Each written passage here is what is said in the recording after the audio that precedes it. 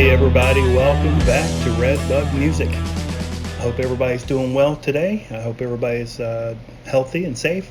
What we're going to talk about today is Prince. Prince has been, to me, pretty much a lifelong favorite of mine. I remember Purple Rain in 1999, those albums back when I was, before I was really paying attention. I noticed them, but like I said, I wasn't really paying attention. When Around the World in a Day came out in 1985 and Prince released Raspberry Beret, that's what got my attention. So I've been a pretty hardcore Prince fan since 1985 for sure. Today, what we're going to talk about is I'm going to list Prince's top heaviest rock songs that he's done throughout his 39 studio albums.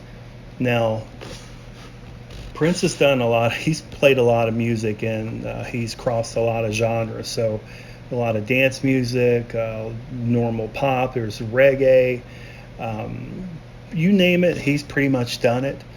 But I kind of enjoy the rock songs, and there's going to be a lot of rock songs that you're probably going to think of that aren't going to be on this list, but I had a particular criteria. Now, what I wanted to do is come up with the songs that contain electric guitar, that had a bass guitar and drums, and he sang, not any instrumentals, which was one particularly that I did like that could have been on the list, but there were no singing, so I didn't want to include it.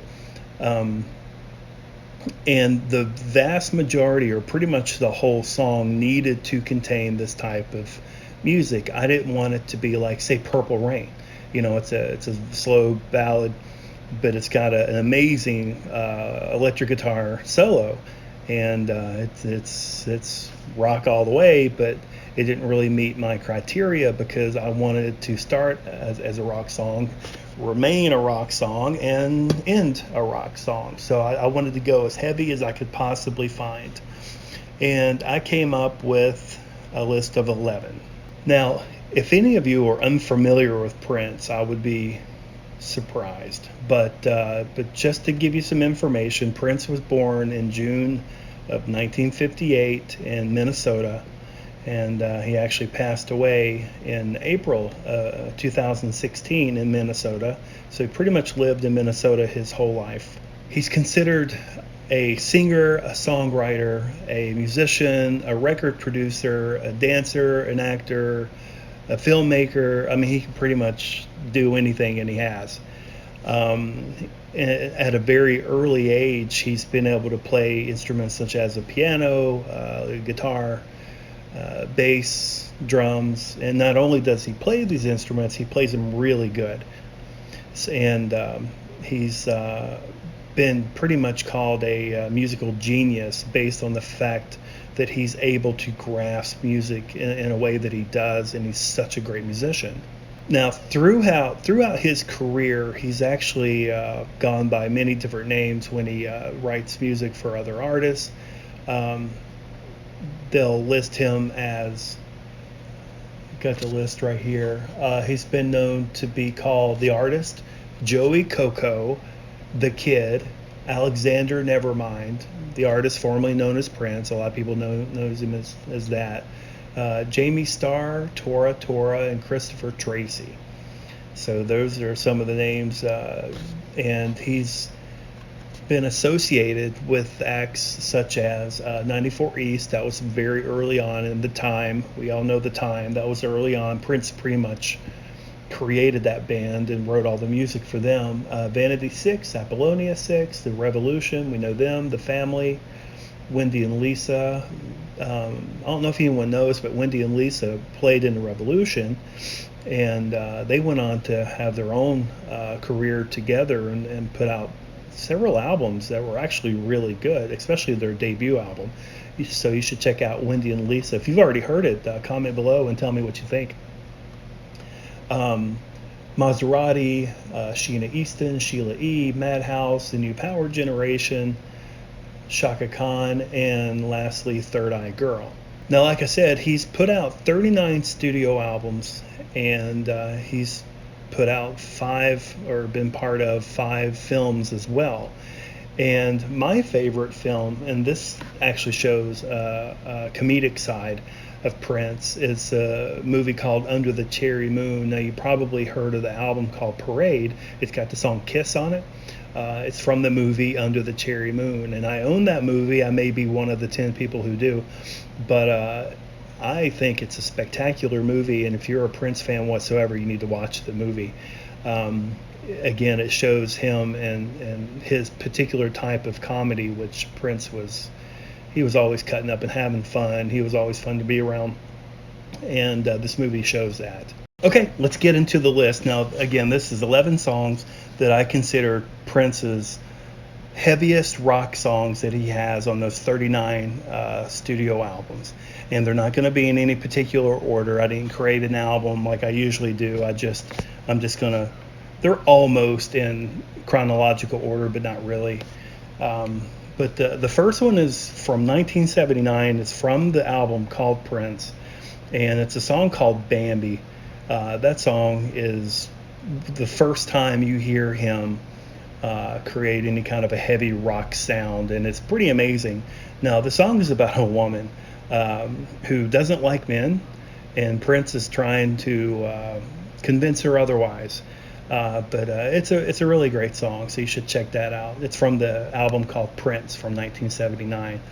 The next song everybody should know. It's Let's Go Crazy. Now, that song is from the Purple Rain album from 1984. And that song, I don't know if anyone really realizes this, but that song is extremely spiritual. This is a song where he's talking about being in the elevator, and he wants to punch a higher floor. And what he's talking about is, choosing between heaven and hell, going to heaven or siding with the devil, and doing basically it's talking about life in general and how hard it is to make these decisions. And he's just influencing and encouraging everybody to turn to God and to not choose to go down in the elevator to the bad place. So I don't know if you realize that, but again, it's extremely heavy songs, had a great solo, and I'm sure everybody's already heard that one. The next song is called Endorphin Machine. Now, that's from that Love Symbol album from 1992. Endorphin Machine is probably one of the hardest rock songs he's put out. And it's an amazing song. And I never really understood the song. I even went back and looked at the lyrics, and it's an Endorphin Machine. I mean, I guess it's kind of self-explanatory, but it just sounds like a bunch of gibberish. But if you know what that song means whatsoever, comment below and let everybody know. I'd love to know. Then we have the song called Peach, and that's from the Hits album. He had the Hits 1, the Hits 2, and the B-sides, and it was all basically a greatest hits album, but he included a couple of brand new songs, and Peach was one of them. Peach, if you've heard it, you probably remember a woman. She's got kind of like a hiccupy type moan, but it's a looping sample, and that female is actually Kim Basinger. And if you didn't know that, now you do. But it's an extremely heavy song, and absolutely one of my favorites. But if you're trying to look for that one, it's on the Hits 1 and 2 and B-sides. Actually, I think specifically it's on the Hits 2. If you just have that album, that's where you're going to find that. And then I got two from the album Chaos and Disorder. Chaos and Disorder, I think, was not very well taken, and it was one of those albums that was put out. It was to help complete the contract with Warner Brothers, so it was just a lot of junk, but I actually freaking loved that album. The first song, there's two songs on there that I liked that were very heavy, and the first one is the title song, Chaos and Disorder, and that song is pretty much about changing times. Things that used to mean one thing now mean something completely different. Like a car jack used to change flat tires, but but but but now it means, somebody jacking your car, basically stealing it. So it's just a song that talks about all the different things that we used to say and how they mean something different now. But it's a great song, very heavy.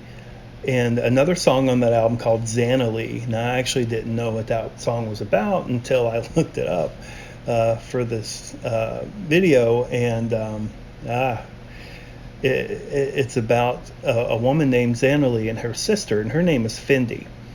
And it talks about there was a disturbance, and the police were called to their house, and it was the three of them, and they surround the place. And one of the police officers, he's trying to look in the window, probably from a distance. I could see them like behind their cars with their rifles drawn and whatever. And the guy kind of gets a glimpse of what's going on, and he's kind of shocked, But it's two sisters and Prince, so we'll just leave it at that. But the fact, I don't know if I don't know if it means anything, but Xanali's sister's name being named Fendi makes me think of Fender, and I wonder if it has anything to do with the guitar. So I don't know if this is all just BS and he's just coming up with whatever, or if it has some kind of deeper meaning than what I'm thinking. But pretty much it sounds like them three having a threesome, and it getting so crazy they get the cops called on them. So anyway, but nonetheless, it's a good song, sounding song. It's very heavy, and it definitely needs to make this list. And then next is a song called The Marrying Kind. Now, The Marrying Kind is from the album Musicology from 2004. And what this song is about is Prince is trying to talk to some guy who is basically leaving some girl, saying that he doesn't need to do that because she's, I guess, to Prince, is pretty amazing. He's trying to warn her that it's a bad idea. So you're making a huge mistake by leaving this girl. However, if you do leave, Prince says, and she makes a play at me, I'm going for it. So he's trying to do a solid for his buddy, but at the same time saying, but I can't be held responsible for my actions if you do leave and you break up with her and she comes to me, because she's an amazing girl and she is what I consider the marrying kind, and she's not somebody you just leave. So that's what that song's about. But again, it's all done with electric guitars and bass guitars and drums, and it's a very, very solid, heavy rock song. So very good song. The next one is a song called Dreamer. Now, Dreamer is from an album that I never really got into. It's called Lotus Flower. And that one came out in 2009. And Dreamer is about Prince thinking about Martin Luther King and the fact that he was killed, and it just kind of messed him up a little bit. And he's talking about, if Martin Luther King was a dreamer, then he must be a dreamer too. It just really affected Prince, so he just wrote a song about it.